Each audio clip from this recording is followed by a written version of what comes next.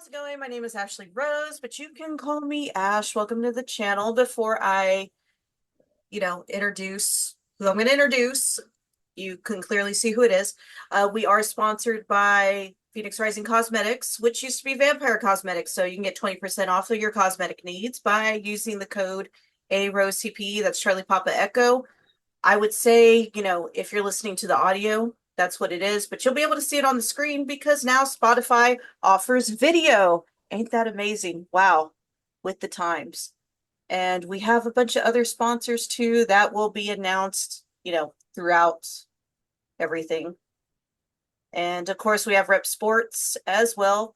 15% off of energy drinks. Their energy drink is Raise, and my signature flavor is Voodoo. So that's RoseNova. That's RoseNova. Yeah. So, anyways, I'm here with Vic Victor of the Koffin Kats. Hey, Vic, how are you doing? Long time no talk. I'm It's been good. a while. Yeah, I'm good. So, you got a new album, so let's talk about that. Go for it. Tell me about Uh, yeah. So we have a new album coming out. We haven't set an official release date yet.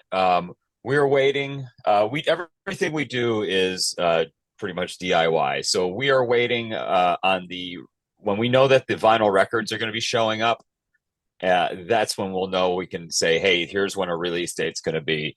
Because the last time we did a release for like a full length, we messed up and said we did pre-orders and release date and all that, and there was a delay in making the vinyl, and so we didn't get it until the very last minute when we were leaving the next day for a European tour, and we had all these pre-orders that are sitting there, like, been waiting to be shipped out. So we had to do like a 24-hour around the clock shipping party of putting all these orders together just before we took off for Europe.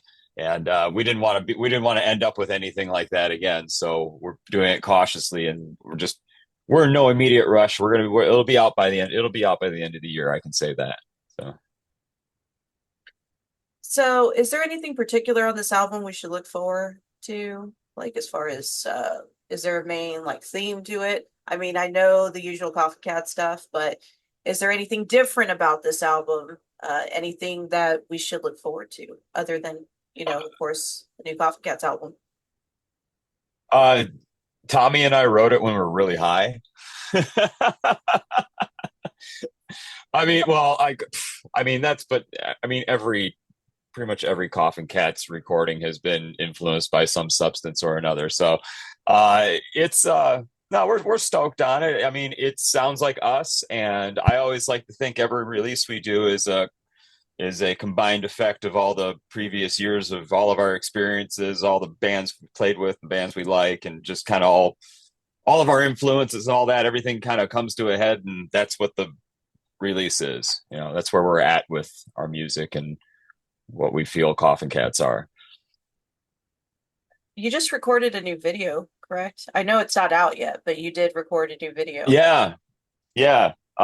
Yep, it's for one of the tracks called Way Out There. And it's a I'm happy with the way it turned out. So that'll actually be coming out here in the next couple weeks. Just waiting on finalizing a date, but it'll be coming out in the next couple weeks. The video for that. Yeah, it's been a while since we had a music video, a Coffin Cats music video. Yeah. So It's been we a we hot always we minute. always have good we always have good intentions, and then so we always have good intentions, and we're talking about it. We're out on the road. We're like, yeah, when we get back, we should line it up, and we'll do it on this day and this day, and we'll get all the stuff together. And we get back off the road, and each of us go back to our jobs, and it just totally gets pushed off to the side. And it's been happening since the last music video we shot, which I think was like in, I don't know, like 10 years ago, 12 years ago, something like that. Yeah, I remember the last one y'all shot. So I know there was a live one. we've only done, like, for Koffin Kats, like, official, like, two actual music videos, and it was for Way of the Road and Giving Blood. That's what I was thinking of One, was Way of the Road. yeah, so we did those two, and so now, yeah, like 10 years later, we're getting back into the video game here, and we got one shoot wrapped up, one video's wrapped up, and then we're shooting another video just before we head off to Europe here at the end of the month. We're going to be shooting another video, which is cool because it involves a giant explosive fire that we're saving up pallets all summer for. So, Well, before we get on with like your UK tour, European tour, I did look at the dates. You just got off tour with the Reverend, didn't you? yeah, yeah, we love going out on the road with those guys, Reverend Horton Heat.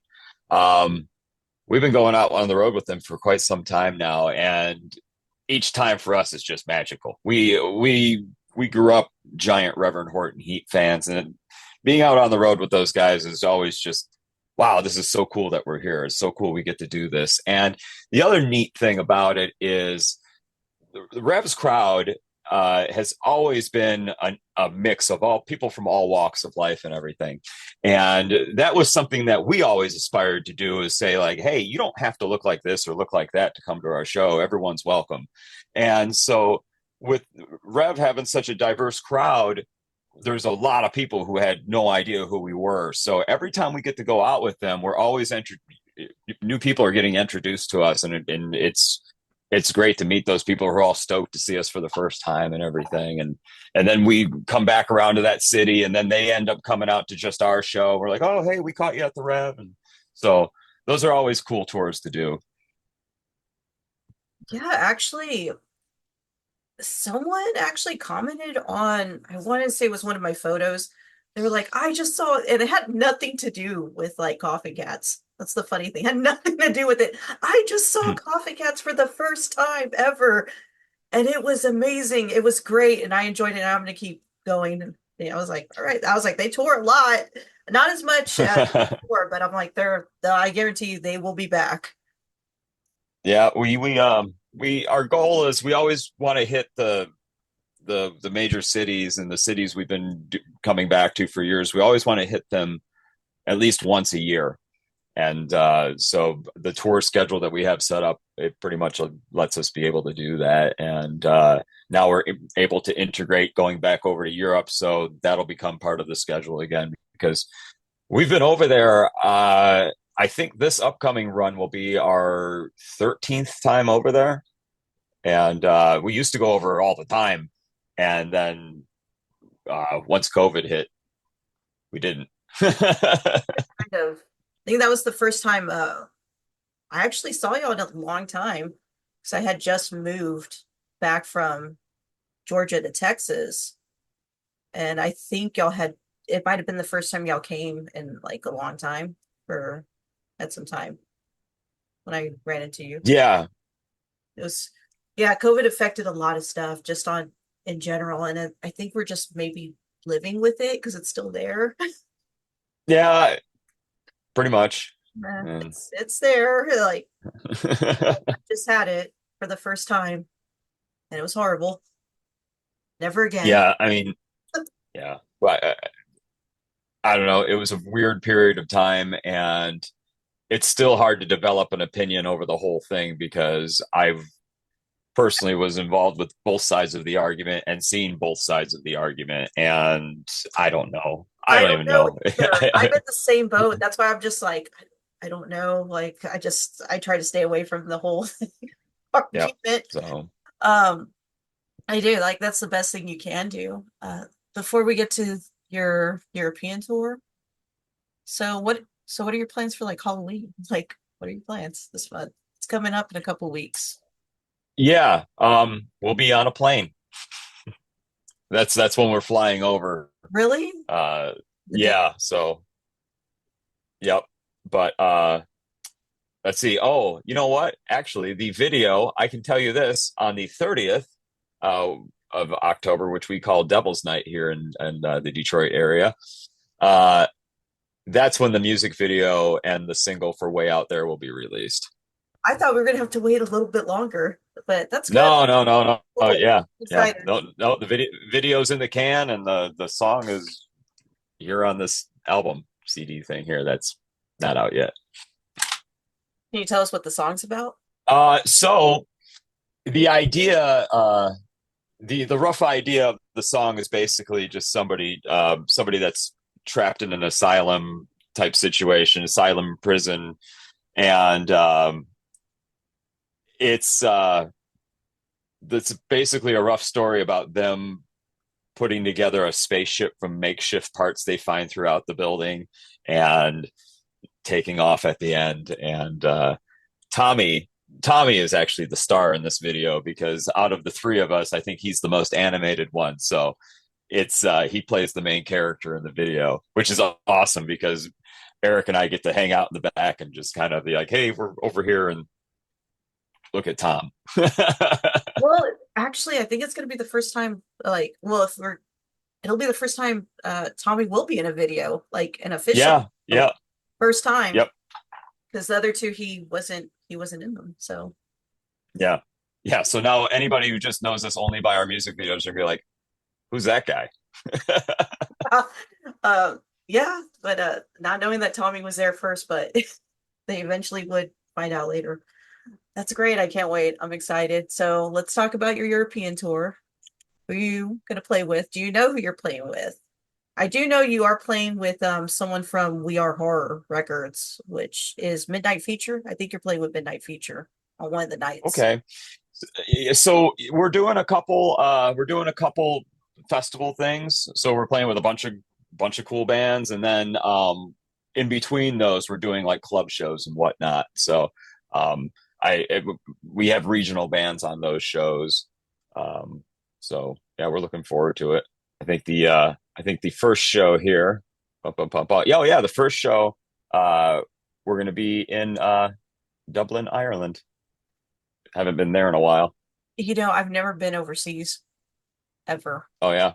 I have never been to the UK like at all. I've toured all over the country, but I've never been over to the UK or Europe in general. So I'm hoping to No, eventually. everyone should see it at least once, just to get a different perspective on how life goes every day in different places and stuff. It's cool to see. It gives you a little bit of perspective on the world. Yeah, like I said, I've been all over the country, just never overseas. One day, I'm hoping maybe next year. So we'll see how it goes. Don't want to set a time frame, but because I'll be disappointed if I don't meet like my expectations to that. But one day, I know this is probably a question you've answered several times before, but I'm sure someone wants to know how are you going to get the upright bass over there? I have a flight case. It looks like a giant coffin. I have a flight case for it, and hopefully it arrives in one piece. I mean, you know how to like put it back together, so I think it'll be okay. I so putting a base back together in the States is easy because I mean you can find a 24-hour Walmart if you need to find screws and a screwdriver or drill or whatever, or at least you can get to a Home Depot that you can do stuff to glue your base and clamp it back together and all that. It's not so easy over there. It's not as convenient to find hardware stores all the time and stuff that you need to when you need to put your base back together because I've had a couple bases break on me over there, and it's never fun. But it always make it work somehow. Anything crazy ever happened as many times as you've traveled overseas? I mean, the craziest thing for us, I know I've told this story before, but it is like it's the craziest thing about being over there is we were in Romania. We were actually leaving Romania, heading to Hungary to play in Budapest, and we were in the Transylvanian region, and we were going through the mountains, and it was really foggy, and there was a semi truck in front of us and a semi truck behind us, and our driver was just too close to the back of this semi, and this semi ended up hitting a car in front of it, and then we couldn't stop in time, so we just basically ran into the rear guard of this semi. We weren't well, nothing too bad. It was still drivable. We're like, oh, sweet. But at the same time, we were stopped and we heard screeching behind us, and then another truck hit us from behind and basically sandwiched us in between the two semis. And in the back of the van that we were in was the cargo area, and my base took a good hit, and the neck had broken off of it, and so one of the very few rare times I've ever had played a show without my bass was the next show after that, thanks to the Silvershine. Krista, she let me use her bass, and it was funny because she plays like a half size bass, so it was interesting. I was going to ask about that because I know you've mentioned it to me before that there's like different sizes of bases. Like there's like a three, Yes, and yeah, which is crazy enough because I was in orchestra and I didn't know that because I just didn't play, upright bass. I played violin. So anything yeah, outside of that, I just couldn't pay attention to. And I yeah. I mean, actually I saw guess, size and I was like, I don't know how I feel about that. yeah. I mean, half size is considered like a good student bass, and then 3/4 is like it's your standard bass that you see with bands and stuff like that. And then full size 4/4 is, you see that a lot in the orchestra to get the very deep bass tones and whatnot. Yeah, it was just one of those things that I was always interested in, but my orchestra teacher told me I was too short and I was too small to play upright bass, so violin it is for me. I mean, I'm short. You're taller than me. Come on. I'm like 5'9" on a good day. So I was like, you're taller than me, and I got a couple inches on you. but it's fine. Yeah, I remember that. She to this day, one day I'm gonna prove her wrong. Prove that woman wrong. But well, at least you made it to the show. I mean, that's a positive note. Yeah. So so the accident happened, and the other thing to it is that we were all just severely hungover. We had partied like there was no tomorrow in Sibiu, Romania, the night before, and like to the point of like alcohol poisoning, hungover, and so dealing with like wanting to die from drinking way too much, uh, and then also having our vehicle smashed. That was a rough morning, and so the vehicle was undrivable. I was hurt. Ian, who was in the band at the time playing guitar, uh, Ian, he broke a rib, and I bruised my ribs. And Eball Eric, he was fine. He was sitting up in the seat, doing some work on his computer. He had his legs up against the back of the seat, so he was fine. Me, I was laying across the back of the bench, and I believe Ian was laying across another bench. And when we hit, we both went flying. And then when we hit again, we got hit from the back, went flying back the other way, and we got pretty messed up. But didn't miss a show. We limped into the nearest town and got picked up by the Addy from the Silvershine. Actually came out and got us in their van and brought us back to Budapest, and we played the show, and we were able to arrange a replacement van, and I managed to fix my bass up and reglue it and everything, and we continued on. I don't think you ever missed a date, have you? Koffin We Kats. no we I mean, it's a rare occasion, and I mean, I can count on my hand how many. The first couple times were vehicular problems where there was just no way we were able to make it, like losing transmissions in the middle of nowhere type of thing. And more recently, the shows that have been canceled have been weather related, because we were playing in areas that got snow that never get snow, so cities would shut down, and so we've had a couple shows unfortunately be canceled for those reasons as well. I'll be honest, it's been kind of weird the past like year and a half. I don't know. They say Yeah, yeah. it's not real, but I'm pretty sure it is. Like, I'm pretty sure. I mean, regardless, weather goes in cycles as it is, so we must be entering some change, whether it's man-made or natural. There's a change going on, so I mean, I know for like I know some people like don't believe in astrology, but I know in astrology there's like it's recorded as like this year's kind of it's a little bit different. It's a different wave, so I can see that. It just depends what you believe in, whatever. Mm. I was going to ask you, I know the last time you and I talked, we talked about Evil Dead. Have you seen the new Evil Dead? Or at least the latest one? No, I haven't. Um, I I don't really watch. I think the last great horror movie that I watched was probably Hereditary. So I haven't seen I, Hereditary. it's good. So I like that movie, The Witch, and I think the same guy that did The Witch did Hereditary. I mean, there's probably people screaming, going, "Yeah, it's that and this and Midsummer." I haven't seen that one yet, but Midsummer either, and I hear like very some people either really like it or some people really are just like about it. But I haven't seen Midsummer either. I've seen The Witch though. I like The Witch. It's yeah, psychological. I like Well, yeah, it's got a really really weird vibe to it, and I like those movies that make you. It's just that whole. You're uncomfortable the whole time that you're watching it. yeah, it's the atmosphere of it all. But yeah, no, no evil. No, I haven't watched anything Evil Dead related. That's not Bruce Campbell. I mean, I love Bruce Campbell, so anything that he's doing, I'm watching it. And um, I think I forgot. I just saw there was some recent news that he's teaming up with doing something more with Evil Dead, but I don't remember what it was regarding. But I think it might be animated. okay, you know what? I think you're right. Yep, It might be animated. that'll be cool. Because recently they did the game, so Okay.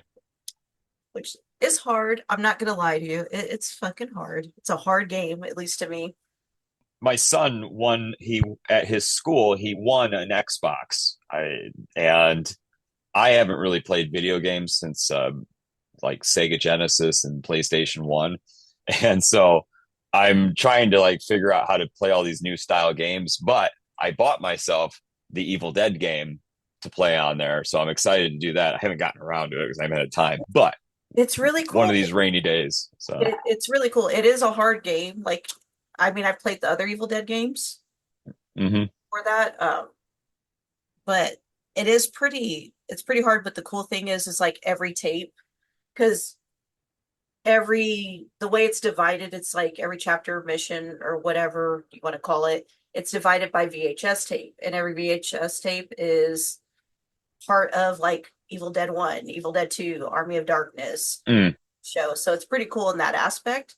And it kind of follows along with the storyline. And then you have, of course, where you can play with other people online, the co-op.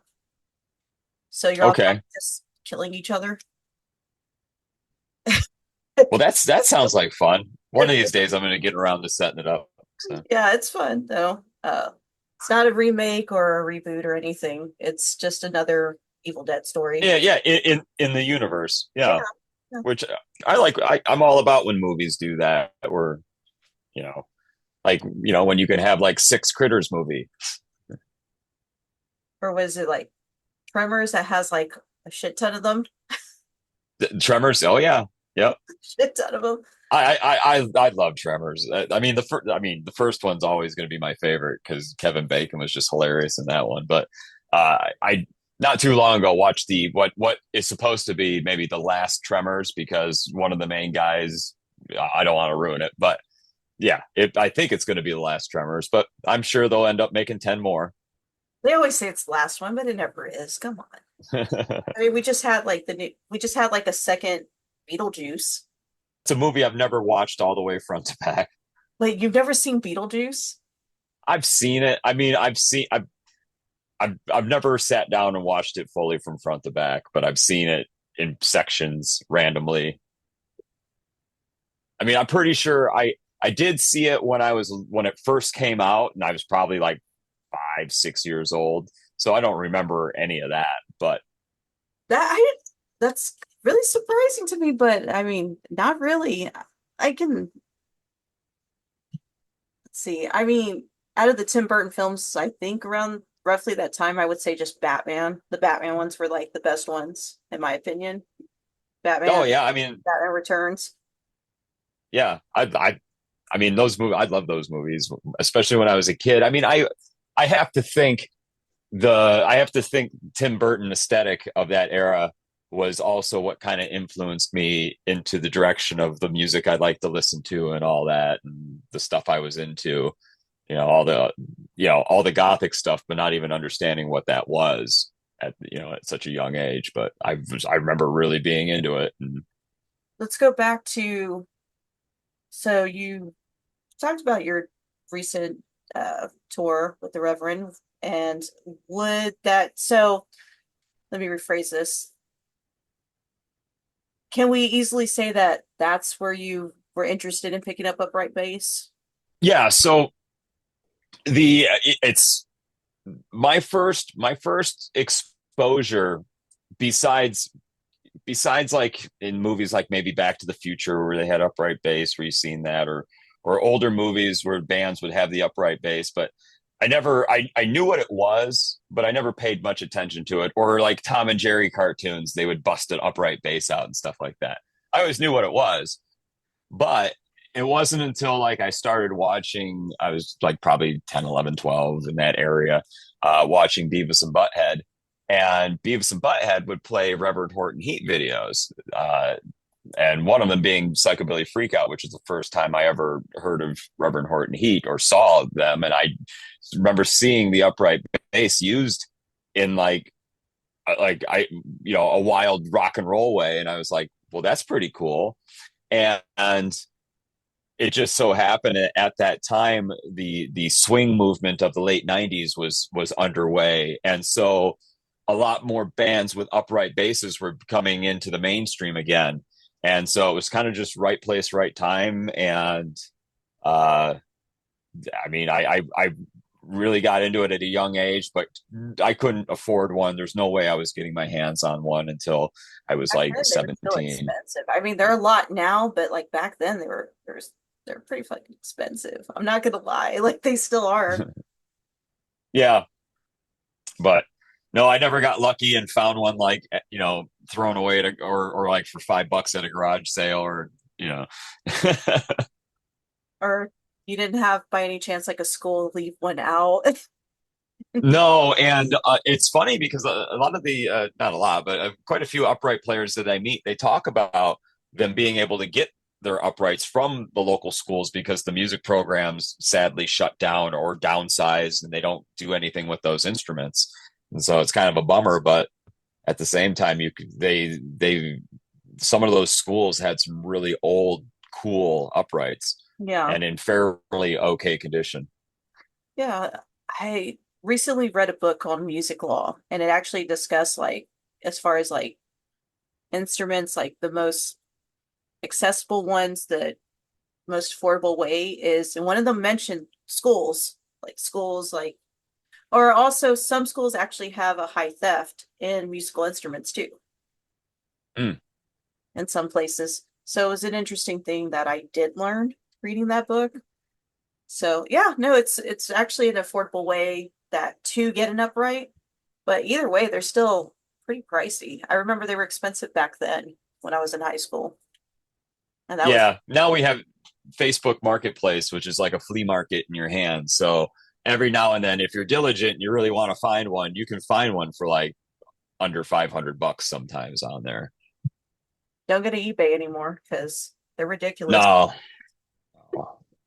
Are you self-taught in upright?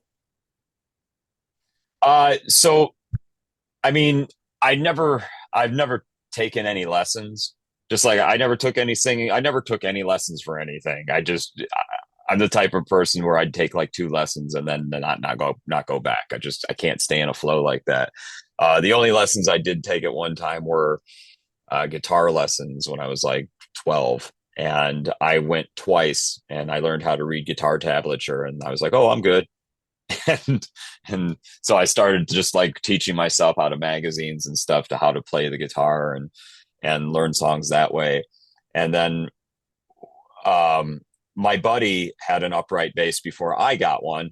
And so he showed me, hey, this is like on a guitar, this is the third, the fifth, and the seventh fret area. This is how you can kind of transpose bass lines over to the, electric bass lines over to the upright bass.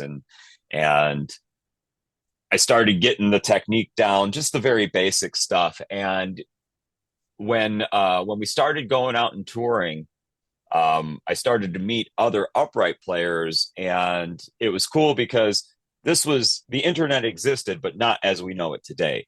And so, not a lot of information or technique, or specifically fast playing psychobilly technique. I couldn't track it down.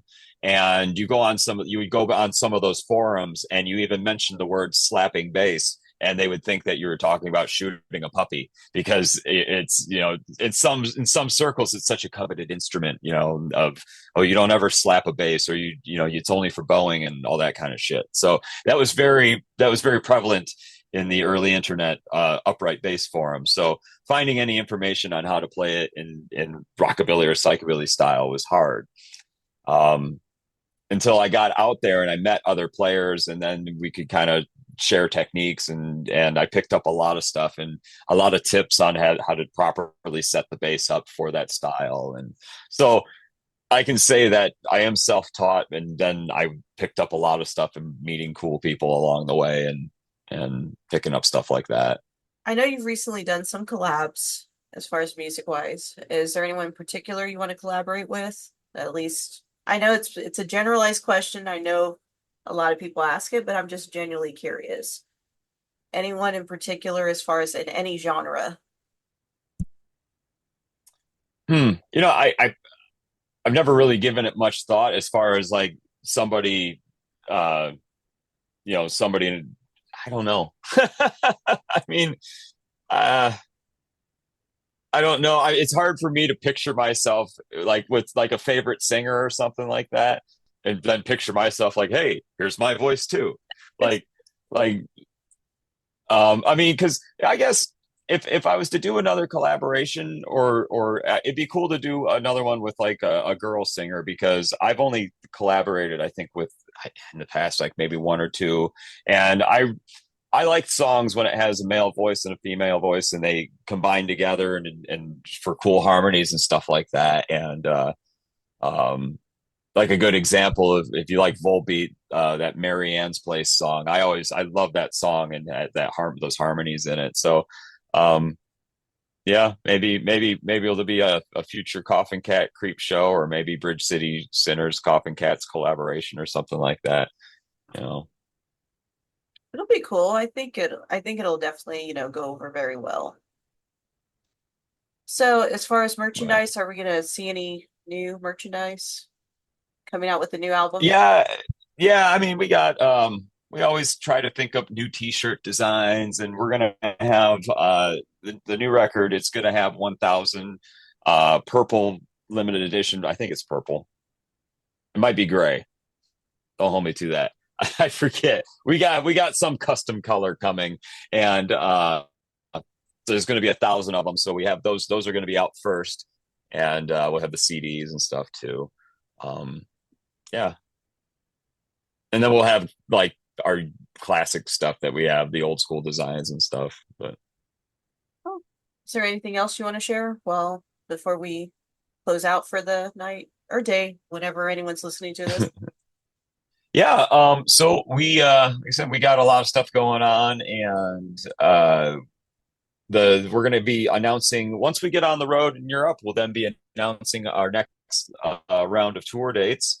And I know we're going to be heading out in January, and that's going to be taking us down south, which is going to be down in the Florida area. And man, a lot of our friends got hit really bad down there just recently. So we'll see how they're faring.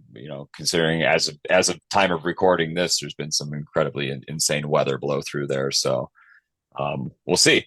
But throughout after the new year and into the springtime, we're going to be touring North America and do some Canadian dates as well, and those will all be on our website, coffincatsrock.com.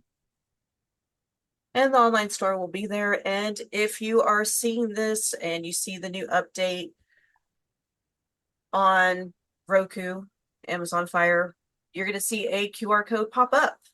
And just hold your phone to the screen. And when you hold your phone to the screen, it will take you there directly to coffkatsrock.com. Get out of town. The future. Actually, yours is like this is the first interview I'm doing it with that's going to air on there. So Oh, cool. it's convenient. I like thought of it and I was like, why didn't I think of that before? Like, I don't know why. How come no one thought of it? But I did. Yeah. I didn't know what to do with those things until somebody showed me you just open your camera up and you hit the link. Yeah. Yeah, it's cool. I like it. I kind of barely Yeah. kind of use it now. I'm fascinated with it. Sure. But yeah. Anyways, Vic, thank you for coming on. I know you're always busy and you're always out, so I really appreciate it. And also, I forgot we have also a third sponsor, which is Abracadabra NYC, the year-round Halloween store. Get 10% off with my A Rose Distortion. So, and of course, you can follow Vic and everything Koffin Kats do at Facebook, Instagram, and of course, their website. Once again, it'll pop up. Anyways, later. Thanks. Appreciate being here. Thank you.